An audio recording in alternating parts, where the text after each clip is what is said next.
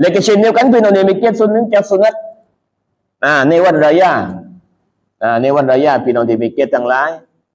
เวลาเราเนี่ยจะเดินไปยังเดินทางไปยังสถานที่มายังนี่ท่านนบีนี้จะเดินไปทางหนึ่งแล้วก็ลบอีกเส้นทางหนึ่งketika pergi satu jalan kelik jalan lainเพื่อต้องการให้พี่น้องเพื่อต้องการที่จะให้ทุกสิ่งที่เราได้เดินทางนี่เป็นสักขีพยานในกับเราในวันอาคิเราะห์ทุกสิ่งพี่น้องที่มีเกียรติจะเป็นต้นไม้ก้อนหินหรือว่าเราผ่านงัวเราผ่านควายหรือว่าเราผ่านสัตว์อะไรทั้งหมดจะเป็นสักขีพยานในกับเราจะทำการอิสติกฟาร์ให้กับเราเดี๋ยวนี้เองพี่น้องที่มีเกียรติอันนี้สำคัญมากเหมือนกันนี่ท่านนบีจะไปทางหนึ่งแล้วก็ลบทางหนึ่งอิซากานะยามุลอีดท่านนบีได้กล่าวว่าอิซากานะยามุลอีดเมื่อหนึ่งเมื่อใดวันรายามาถึงข้อละฟัตตอริท่านนบีนี้จะเดินไปเส้นทางหนึ่งแล้วก็ลบเส้นทางหนึ่งบ้านเราไปสจิตพี่น้องไปทางหนึ่งแล้วก็ลบทางนู้นก็ได้นะลบทางขวนมาออกทางนี้ทางส้นเปล่าได้เหมือนกัน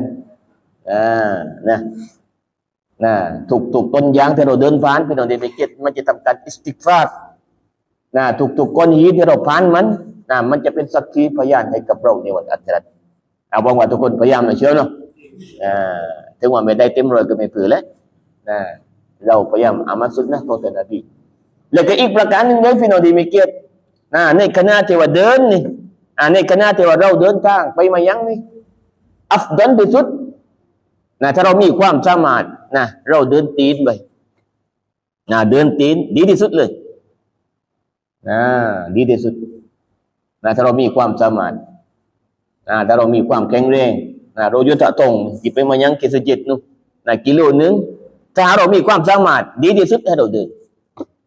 นี่คือสุนนะของท่านนบีศ็อลลัลลอฮุอะลัยฮิวะซัลลัมไม่ใช่ว่าเกี่ยวเกลืองไม่ได้ไม่จางแต่ว่าสุนนะของท่านนบีอิสลามที่ท่านนบีเคยทำประจำท่านนบีจะไปในสภาพที่มาเชียนเดินตีนเดินเท้าไปการนบีซัมอิซายัครุจูอิลันมุศอลลา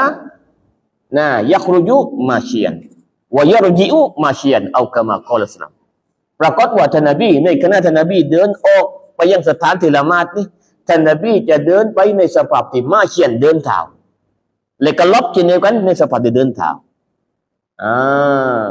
ฟาดิลัตมากฟาดิลัตคุณค่ามาก